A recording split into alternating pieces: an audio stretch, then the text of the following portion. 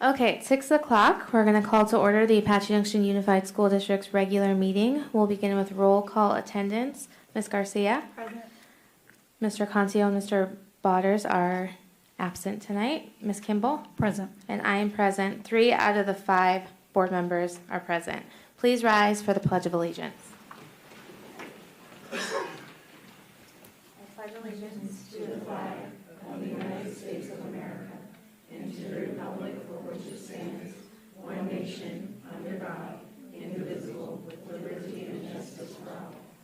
Please remain standing for a moment of silence.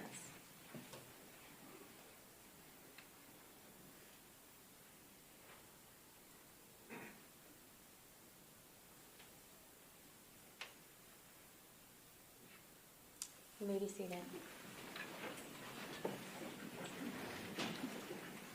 Okay, adoption of the agenda. Would somebody like to make a motion? Madam President, I'd like to make a motion to adopt the agenda. Second. Ms. Garcia? Yes. Ms. Kimball? Yes. And I am a yes. That motion passes 3-0.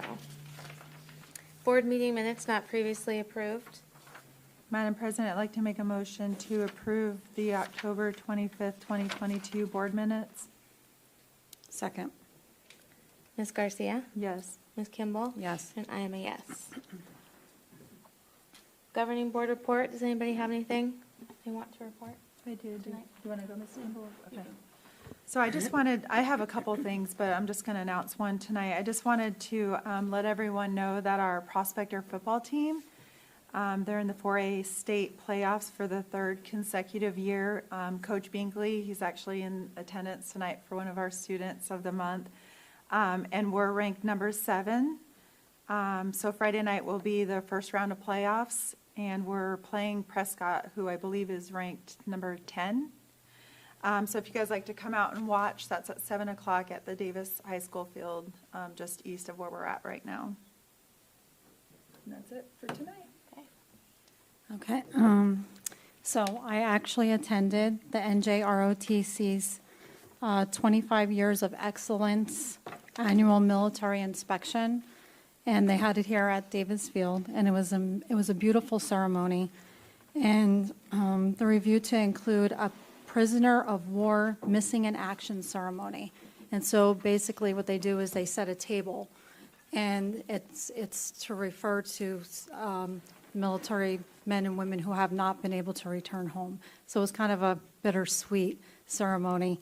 And also, Commander Lockwood also mentioned that due to the lack of participation into the program, we might not be able to continue this program next year.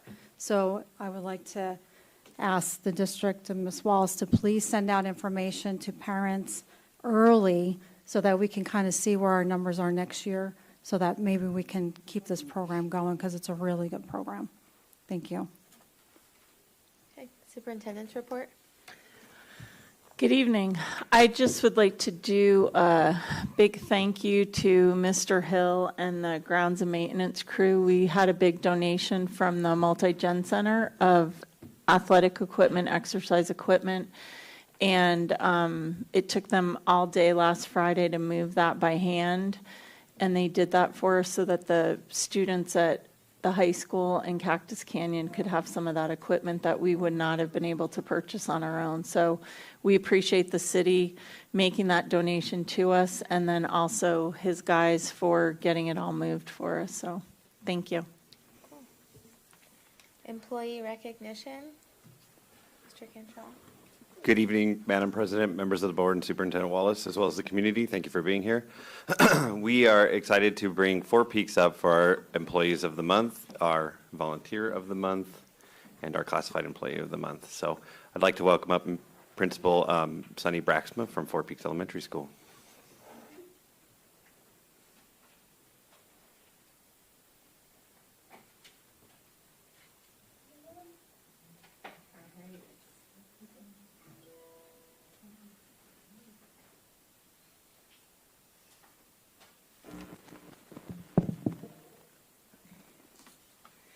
All right. Madam President, Governing Board members, and Superintendent Wallace, families and community members, I am truly honored to present to you Four Peaks Staff and Volunteer of the Month. So I'd like to invite for our Volunteer of the Month, Erin Hodavi up front.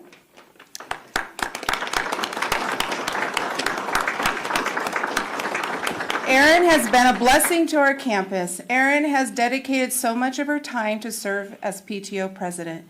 She has come up with exciting and fun events that help bring our students, families, and community back to our campus.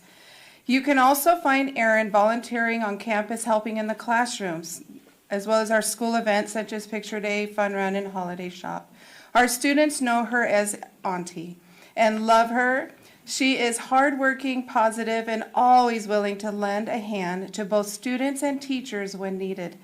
We at Four Peaks are truly grateful for everything Erin has done for our students, staff, and community. Congratulations for being Four Peaks Volunteer of the Month.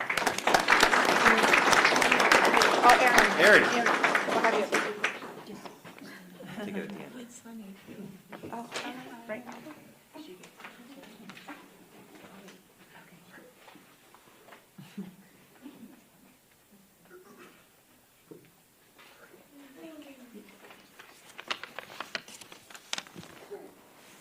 All right, next, I would like to introduce and invite up our classified staff of the month, Tricia Guzman.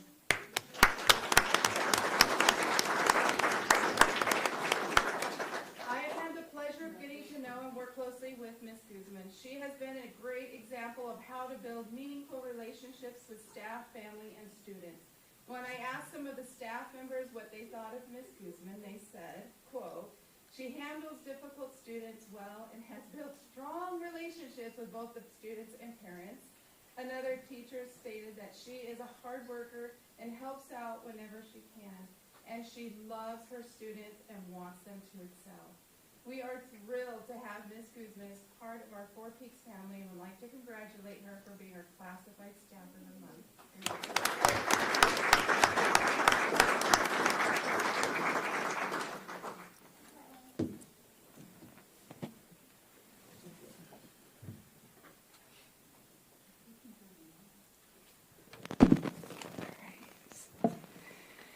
All right, now I'd like to welcome our certified staff of the month, Chad Young.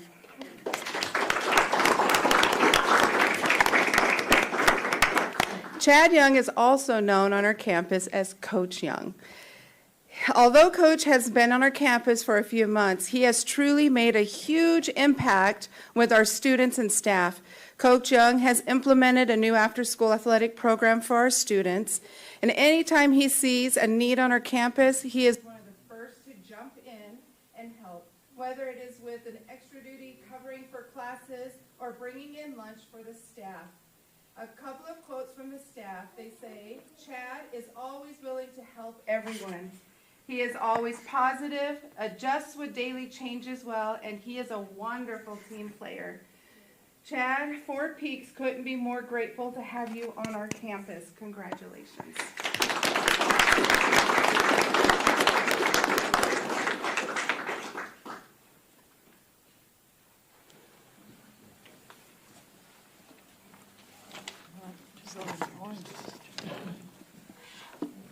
We just tried.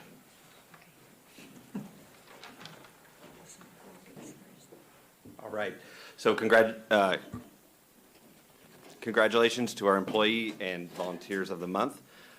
Ms. Brax is going to go ahead and stay up here, and we're going to move into the Students of the Month, which is sponsored by the local Elks Lodge, who we very much appreciate making our Students of the Month awards possible each month. So, Ms. Braxma.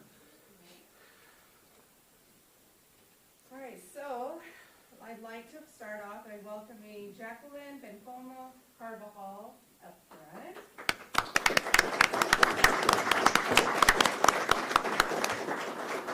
This is Jacqueline's second year at Four Peaks. She plays the violin in orchestra. She enjoys painting and knitting.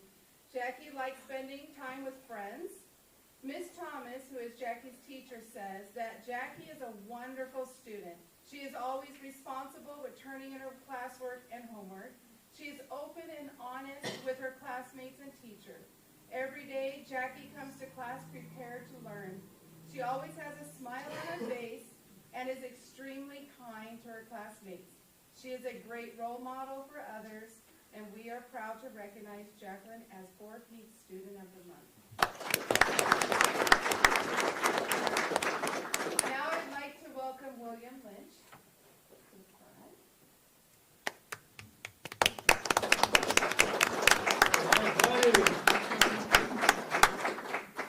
All right, so William has been at 4 Peaks since kindergarten.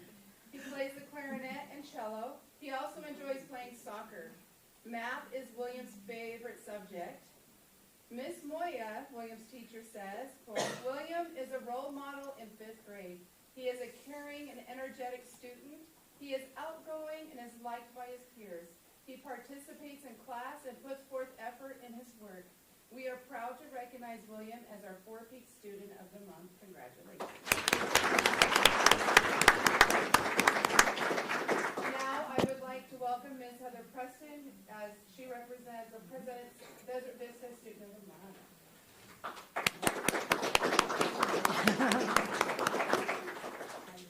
I'm really honored today to bring up our first Student of the Month, Henry Solis.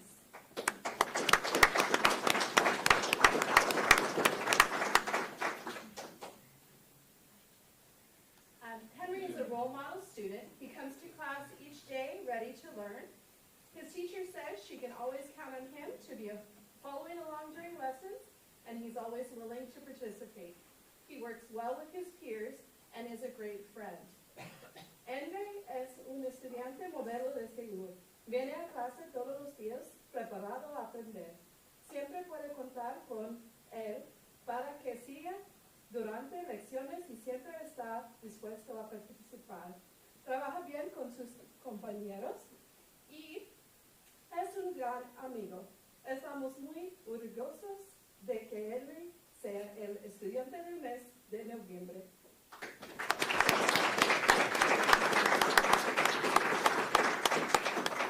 I'd also like to call up Nola Samuelson.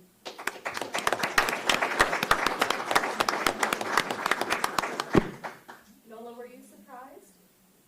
No? So Nola was recommended also by her teacher, Ms. Short, who's here tonight. Thank you, Ms. Short, for your efforts. She's both, actually for both of their teacher.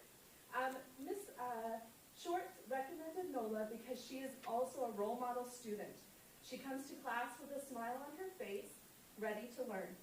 She's very responsible, respectful, and reliable. She's kind to her classmates and a great friend. And what's more important to me is she represents all of the traits of our Mustang Pride pledge that we say. She's someone who practices self-control, respects herself and others, identifies safe choices, and demonstrates responsibility. We know that you'll always excel in all you do. Thank you.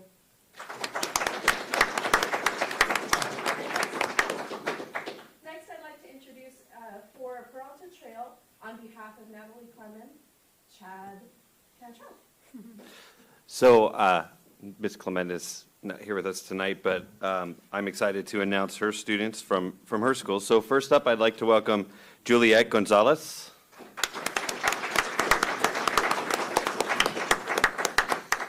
Juliet is a great student with a great laugh. She always turns in her work and gives 100% on her academics. In her small group, she is a good leader that shows how to be a leader by example. Juliet uses the GROW philosophy every day. From the bus, playground, and classroom, she is an exemplary Bobcat pupil. Congratulations, Juliet. And the second Peralta Student of the Month is Micah Hudson.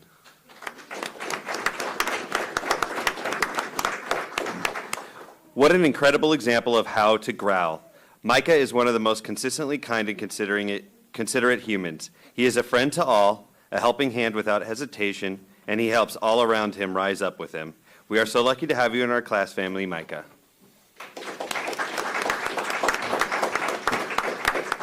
Next up, I'd like to welcome the principal from Cactus Canyon, Mr. Kenny De La Vera.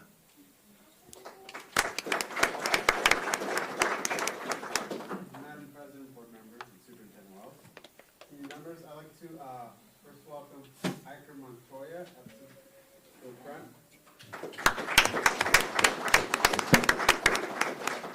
Iker is such a great example of courtesy to peers. He is always kind to others and finds ways to help both teachers and peers every day. He works hard and cares about the quality of his work. He is such an excellent student, and his teachers are proud to nominate him.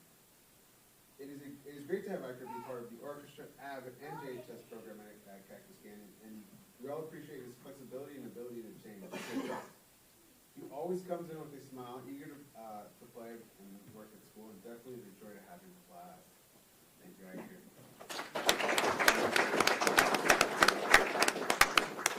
I also would like to welcome next Crystal Gastelum.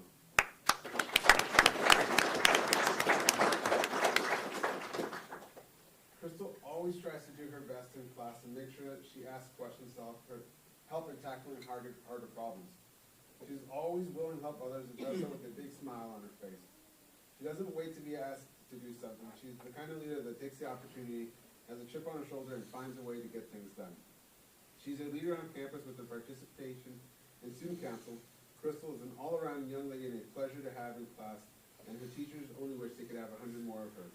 She is a picture of Cougar pride. Congratulations. I will also hand you over to Mr. Cantrell, who will be announcing the Students of the Month for the Apache Junction High School. So I'll be filling in for Dr. Lineberry. The first student, I'd like to call up Priscilla Acosta.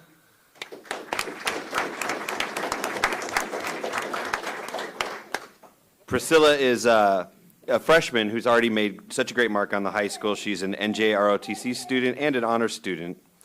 Her teachers are proud of the hard work they see each day in class and the NJROTC leadership skills that she displays each and every day. She's a great example of what it means to be a prospector. And our second student of the month is Tavon Franco.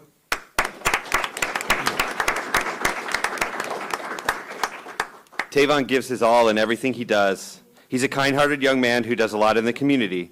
He tries to do what is right, and I have never seen him be mean to anyone. He does everything that's ever asked of him and never complains. He's an outstanding football player, a wonderful student, and a great prospector.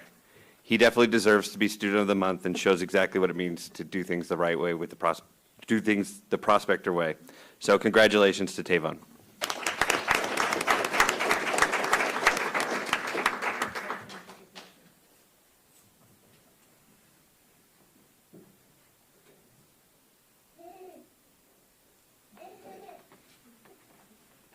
Parents, you're welcome to.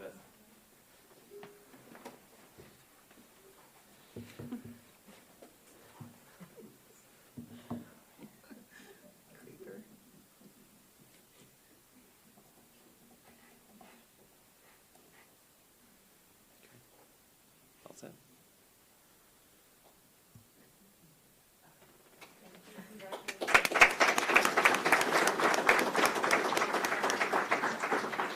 We'll take a 5-minute recess.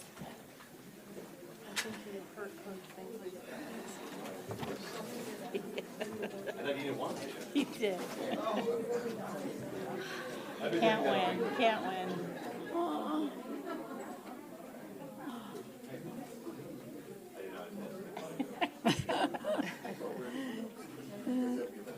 Bye. See you, boss. See ya.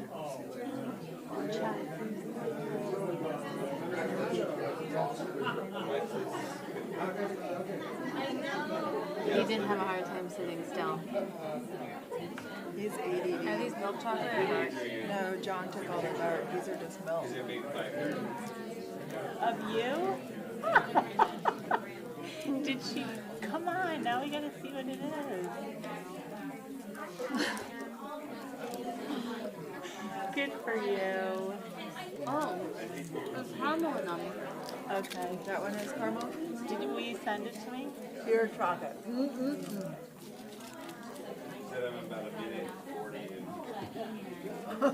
Show Edna.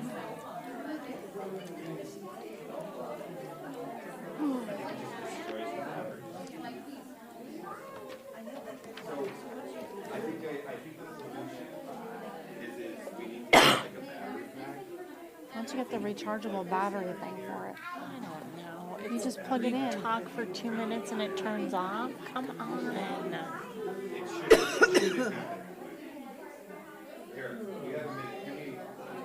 They have the rechargeable battery thing you can just plug on the wall and take. No, Chad, nobody No else one's is going to asking use us it. Oh. Do we have any?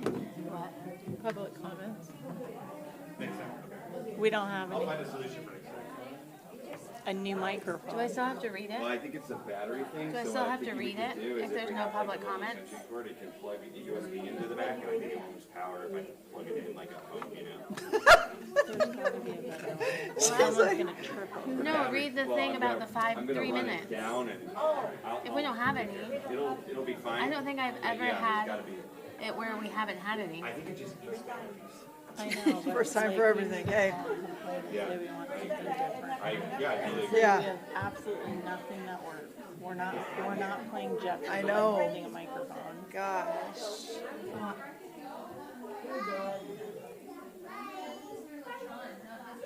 She kind of looked like Greta at first, Heather.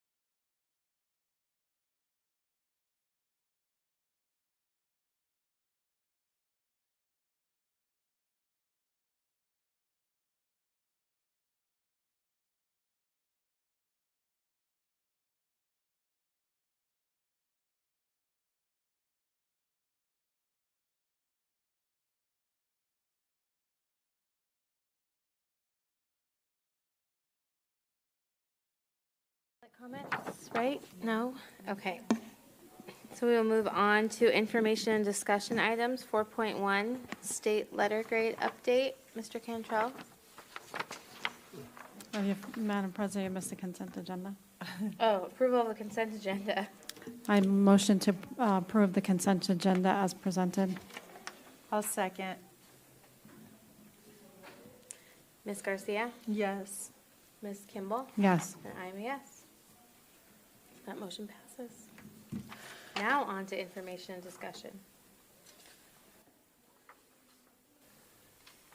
All right. Good evening, Madam President, members of the board, Superintendent Wallace. I'm going to present the school letter grades, which have just recently released to the public. So essentially, letter grades are required by state statute to be given to schools by ADE. So they create a scale that's approved by the State Board of Education.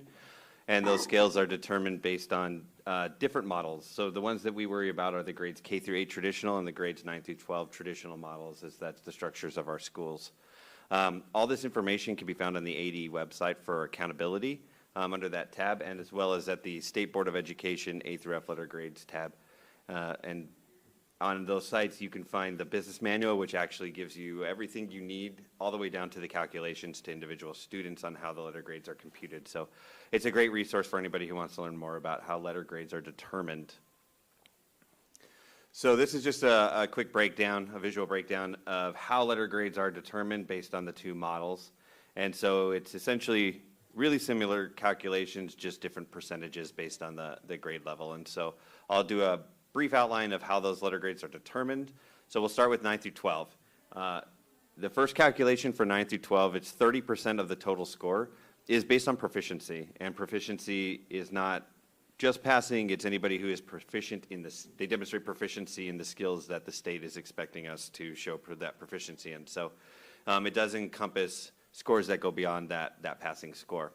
In order to get full points in here, schools must test at least 95% of their students in order to receive those. Growth is the second measure. That's for high school, that's 20%. Growth is typically measured with two different profiles, the student growth profile as well as the student growth target. This year, there is no student growth target because it is a brand new test at the high school. They moved to the ACT Aspire for the first time. So there is no expected growth yet for a student because there's no calculation to base that off of because it's the first year. However, the student growth profile is essentially taking two students that are in the same score. So let's say two students who both receive 3,000 on the scale, regardless of what schools they attend, and they would be compared against each other for growth. So you wouldn't compare a student who received 3,000 on the scale versus 4,000 on the scale. You would only compare those 3,000 kids together. And so essentially what happens is they're broken into groups of thirds. So the top third receives the highest amount of points. The middle third receives the next highest amount of points. And then students who grew in the bottom third compared to their like peers don't receive any points for that score. And so that's that growth profile. It's a little bit lower than it is for elementary because at this point we're hoping for that proficiency. There's not a lot of time left to grow as there is in elementary, so that growth profile is a little bit different. The next category is the CCRI, the College and Career Readiness Indicator. And this is a self-reported document that gets submitted by every high school. And it includes a large number of factors, including FAFSA completion, military or post-secondary enrollment, ACT, SAT, AP cut scores, those types of numbers that all factor in. It's a pretty hefty document that does take quite a bit of time for the high school's administration to complete. Next is graduation rate, which is 20%. However, that 20% is broken into two 10% calculations. The first is a 4, 5, 6, 7-year calculation that is scaled. So the highest weight would be the 4-year graduation rate versus the smallest scale, or the smallest weight would be the 7-year, and that adds up to that 10%. And then the next category would be the graduation rate improvement. Did you improve on the prior year, or are you maintaining at least a 90% graduation rate? If you do either of those things, then you get the full points for that 10% of the 20%. EL is also broken into two calculations. Those are based on the Azella test. You must have a certain number of students to actually be eligible for these points. If not, you move to a 90-point scale, and then they extrapolate the data to match a 100-point scale. The Azella, the first part of the 10% is based off of proficiency on the Azella test, so students who do well on it or move up levels. And the second part is based on the growth, which is again measured against their EL peers on the Azella test. And finally, there are 4 possible bonus points that you increase prior year post-secondary or military enrollment, so you have more kids go to college or join the military than the previous year. Special education enrollment, do you have a high FAE, which is full academic year, so that's a student that's with you for that full year. Do you have a high FAE special education count versus a state average? The next one would be for the science test is how is your proficiency compared to, on the science test compared to other schools? And then the ACT Aspire % tested, so you get bonus points the more students who test. you want this high number anyways because you want a true reflection of where your students are at. So ideally, you're getting that 95% anyway, and that just becomes an extra bonus point too. So for the K-8 model, a lot of the categories are going to be the same, so I don't need to go into too much detail with them, but the percent weight's a little bit different. So because it's K-8 and we have lots of time to work with them, we want to see growth. That's the big thing for K-8. And so growth is 50% of the total score as opposed to 30% like in high school. It's the same exact growth measures, the SGP and the SGT. Because the AASA test, which is new this year, it is actually just a new name for the same test. The student growth target did remain, so you do get that blended growth score. Proficiency, once again, just measures the proficiency. It is in two different models. There's a stability model, meaning the longer a student is with you, the more heavily they're weighted, so the more valuable they become. This is ideally what you score the highest in because they take the highest of the stability model versus the FAE model, which I'll talk about in just a second. But they take the highest score, and you want the stability to be the highest. That means that the kids who stick with us do better. And so typically we do get this stability model points, which is good. The second model is the FAE model, which uses 1, 2, and 3-year FAE students, so that's that full academic year, and it weights them the same. And so ideally you have that higher stability model points. And then that becomes your proficiency score, whichever of the two is the highest. There's, again, 10% EL scored exactly the same way as the high school, so growth versus proficiency. And then instead of the CCRI, the K-8s don't do that one, and we also don't have the graduation rates at those grade levels. They do acceleration. Acceleration has the potential for many, many more than 10 points, but there is a cap in the acceleration section. You can't score more than 10 points from this section. So this one is depending on what grades are in your school. Third grade, did you increase your ELA, so your language arts reading scores? Did you improve from year over year in third grade? That gets you points. If you're a middle school, you would get 8th grade, or if you have K through 8, you get the potential for both. But 8th grade is a math. Did you reduce your minimally proficient or increase your highly proficient? Did you reduce your chronic absentee rates? And then there's a subgroup improvement, which is essentially, it takes each of your student populations for both English language arts and math and checks to see, did you improve in those subgroups? And subgroups can be anything from a military family to different ethnic students, or different student ethnicities, excuse me.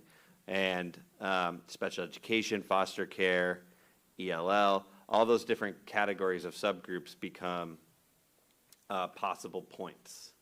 And then finally, we have points available for special education. Are your special education students in inclusion at least 80% of the day? And then there's 5 bonus points in 2 categories for K-8, and those are through what is your special education enrollment versus the state average, and then what is your science proficiency test compared to the state average. So those, again, are bonus points on top of the potential 100 that you can get from the other categories. Are there any questions on any of those letter grade models? Okay. Perfect. So these are our previous letter grades. These letter grades are from the 2018-2019 school year. So we have not had letter grades since then, which means this is based off of testing data from the 2017-18 school year. So spring of 2018, that's when the data was from that these scores are calculated on. For some of these sites, the Apache Junction High School is 1 principal removed from this letter grade. Cactus Canyon is 2 principals removed. Desert Vista is 1 principal removed, and Four Peaks is 2 principals removed from the principals who are in these letter grades, and then Peralta Trail has the same principal. Right. So these were the 2018-19 letter grades. We'll move down here to see our new letter grades that were issued. We're really happy about our high school. We really want to highlight them and the hard work that they did to move forward. Getting a B at a high school level is a challenge, and so we're really proud of the work that they put in. And so as a whole, we made pretty the same, but we do have some areas that we know to improve, and we have principals who have developed some really wonderful plans to start pushing their schools forward, and they'll be moving them forward soon.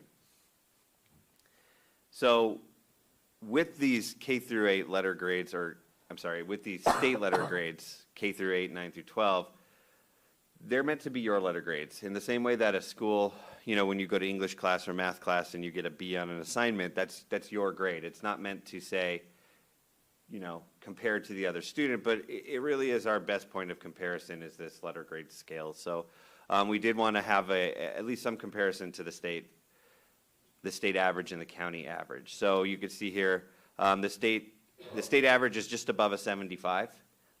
So we have Peralta who met that state average, with Pinal being just under 75. Four Peaks and Desert Vista are not too far off that Pinal average, and they're working to get there. And so so we have this first comparison for our K-8s. The next comparison that we have is Cactus Canyon. So what I do want to say for this one is that unfortunately, middle schools are part of elementary consideration for the state. And so if we were able to pull out just middle schools and junior highs, these numbers for the state and county probably would look a little bit different. So if you grab a select group of them, you can see that there's a different trend in the middle school data. It tends to trend a little lower than the K6 average, just because junior high is a wild time.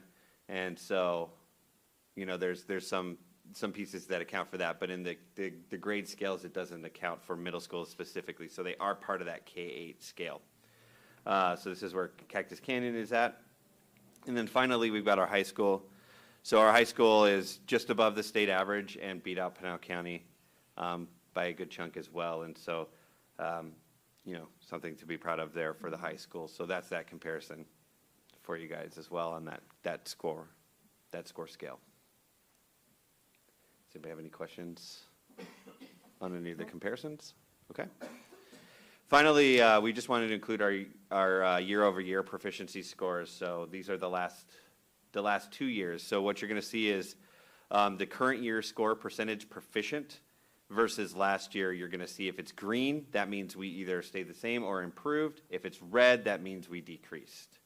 So for our elementaries first, we did see a trend in 5th grade that was a bit anomalous, and so we're looking into what we're doing with 5th grade. We're going to be looking at, curriculum-wise, getting into the curriculum and seeing what difference that makes as we've adopted some newer curriculum. So teachers are still working through learning that. So we're hoping that will help some of these grades that just showed a little bit of a decline compared to the usual. But we do see a lot of green, which we're happy about. We want to see that growth year over year. Middle school did pretty well compared to the previous year when we compare that year over year. So they're in a good spot to keep moving forward and keep growing and keep improving. And finally, the high school, we don't have a color coding here. And the reason for that is because it's a new test. So an apples to apples comparison can't really happen here. If we're just looking at sheer numbers, just regardless of the test, we showed significant growth. Both of these would be green. They'd be about neon green because there was such a significant growth there, which is, again, great. We want to continue to build from that growth and keep moving them forward. But because it wasn't an apples to apples test, we didn't color code this one. Mm-hmm. But that grade 9 test compares the ACT Aspire, so that's that new test this year. Any questions? Real quick, Sure. Mr. Cantrell. So we've moved 6th grade to the junior high. We did. So what would that affect, how would this affect us for the next year? Ultimately, the 6th graders just become part of the calculation for Cactus Canyon. Okay. So there's really no change. The scale is used for K-8 because middle school is considered elementary still. Okay. So they're really, 6th grade is just going to be counted. It's not going to change the scale. It's not going to change anything besides where their data Right. is included. So it'll just be included in that score for the middle school. So Okay. when we pull up our report card, Right. our breakdown, it'll just include a 6th grade line now instead of just being 7-8. Okay. So that'll be the only change, and it won't be in the elementary data, obviously. Okay. Thank you. I just want to say what a great accomplishment, and No. this is really clearly an act of teamwork on everyone's part, for sure. This is great. Mhm. Yeah. Yep. Congratulations to the high school and Mr. Kenny Deloria over there at Cactus Canyon, good job. All of them, everybody's working hard, and especially coming off of COVID, Yeah, you know, this is good. sure. And these are all things to build from, and like we said, we have really wonderful plans coming from the Yeah. principals to keep moving forward and develop Yep. good plans at their schools to keep pushing them forward. So, you know, we don't want to bring up COVID too much, but we did see a significant decline after Right. that. You know, generally lower socioeconomic students and rural students tend to disproportionately suffer from huge changes. And so, we're starting to see the recovery from that on our end, and putting more supports in place is exactly what we Well, need to do to push forward, so. Yeah. But I mean, prior to COVID, being a D school and then coming back and being a B school, that says a lot. So, absolutely. I'm sure Thank all the you. principals are super excited. Yeah. It's Thank great you, news, Mr. thank Kinshall. you. Okay, action items. 5.1, possible action on a $1 per hour stipend for hours worked for all food services staff retroactive first day of their contract. Want to just, This is, brief us on this if one? you recall, we brought to you a proposal for the custodial staff and the food services, and then food service took theirs back, rewrote this, and so this was the new plan they presented to you. And then it'll be retroactive to the first day of their contracts. and this is the one that's working hours, right? Correct. Yeah. Would somebody like to make a motion on that? I'd like to make a motion to approve the $1 per hour stipend for hours worked for all food service staff retroactive first day of their contract. A second. Ms. Garcia? Yes. Ms. Kimball? Yes. And I am a yes, that passes 3-0. Okay, 5.2, possible action to amend the amount of the fencing project for Cactus Canyon Junior High School from $35,500 to $39,667.70. The board originally approved the fencing project at the October 25th meeting. The reason for this is when we got the quote, it was 35.5. And when we went back after board approval, the quote had changed just due to the Things they found. economy and Right. things going on. I think after 30 days. Yeah, It changes now. Materials, and all Yeah. that stuff. Okay, would somebody like to make a motion on that one? Madam President, I'd like to amend the amount on Cactus Canyon Junior High fencing project from $35,500 to $39,667.70. The board originally approved this on the October 25th, 2020 meeting. 2022. 2022, I'm sorry. Yeah. Second. Okay, Ms. Garcia? Yes. Ms. Kimball? Yes. And I am a yes, that passes 3-0. 5.3, possible action. Apache Junction High School Student Council students out-of-state travel to Disney California Adventure Park and Disneyland Resort in Anaheim, California on March 3rd through the 5th, 2023. This is their annual leadership conference Yeah. that they go to. It's held at Disneyland, so. We've And they got- fundraise to have the money to go. That wasn't on the consent. Is this a regular yearly thing? Yeah. How Was it come it wasn't On on the consent consent? agenda. I was just gonna say Not that. you guys, I guess, some.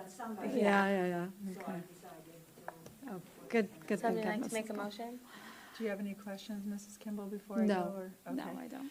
Madam President, I'd like to make a motion on Apache Junction High School Student Council students out-of-state travel to Disney California Adventure Park and Disneyland Resort in Anaheim, California on March 3rd through the 5th, 2023.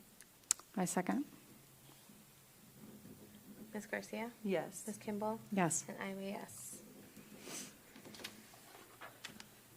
Okay. 5.4, possible action on policy advisory 737-738 JLCB immunizations of students, JLCB-R, KDB-R, public's rights to know, freedom of information. These policies were presented first read at the October 25th, 2022 work session meeting. Do you have Do any? you want to? No, there was no, yeah, Yeah. there So- was not much of a discussion last time. I just have a few questions. So on the Freedom of Information Act, I know usually there's a cost. What's the cost for that? Do you know? Did we, I thought we put it in here. No? No. It's 25 cents, 35 cents. Okay, does that have to be in the motion? Does that have to be in the motion? And then, who does receive the request? Laura Thomas. Okay. And she disperses the information? Mhm. Okay. That's all I wanted to know. Okay. Thank you. Make a motion? We putting the cents in, Ms. Kimball? Yeah, 35 Okay. cents. So, Madam President, I'd like to make a motion on the policy advisory 737-738 on JLCB immunizations of students and JLCB-R, KDB-R for public's rights to know, freedom of information.